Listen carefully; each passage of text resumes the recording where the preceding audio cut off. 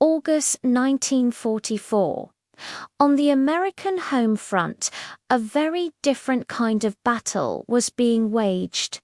Battle of abundance. This is the incredible story of 50 German prisoners of war, a chocolate factory, and the astonishing truth they discovered about why the Third Reich was doomed to fail. Imagine being a German POW, subsisting on meager rations and the bitter taste of defeat. Then, you're escorted not to a prison yard, but into a food factory. The smell that hits you is overwhelming, totally foreign. The rich, sweet aroma of chocolate. You haven't tasted it in 3 years.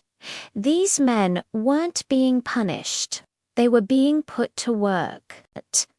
For the next 18 months, they rotated through factories producing Hershey bars, Coca-Cola, and ice cream.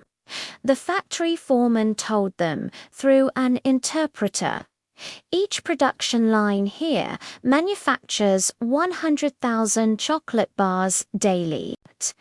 The prisoners were sure it was a translation error.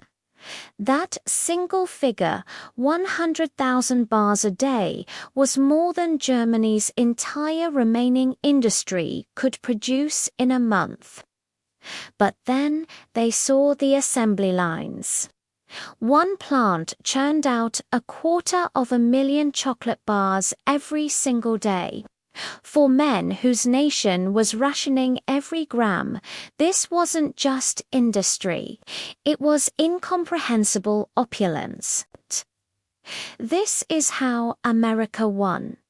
It wasn't just superior tactics. It was superior productive capacity. The U.S. economy was so vast it could fight a global war and maintain a level of civilian abundance that exceeded Germany's peacetime standards.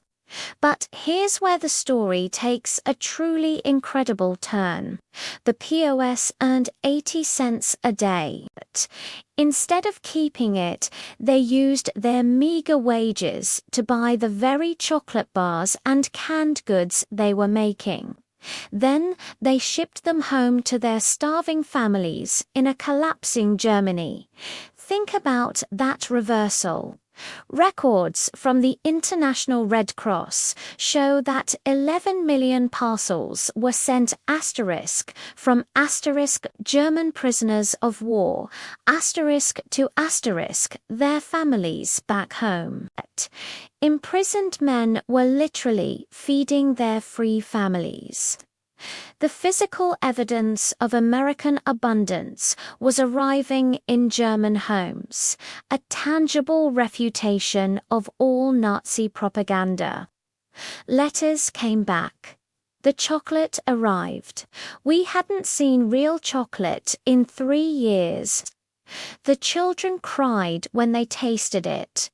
By 1945, these prisoners understood the math. They saw a sugar refinery simply discard hundreds of pounds of sugar just because it hardened from humidity, an acceptable loss. In their homeland, every single gram was precious.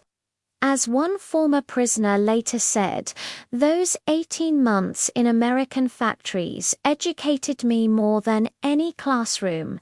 I learned why Germany lost, why America won." The lesson was clear. Ice cream defeated ideology. The ultimate war story wasn't just about battleships and bombers. It was about the unparalleled productive power of American industry, a power sweet enough to change history. Thanks so much for watching. If you found this story as fascinating as I did, please hit that like button and subscribe for more hidden histories. See you in the next one.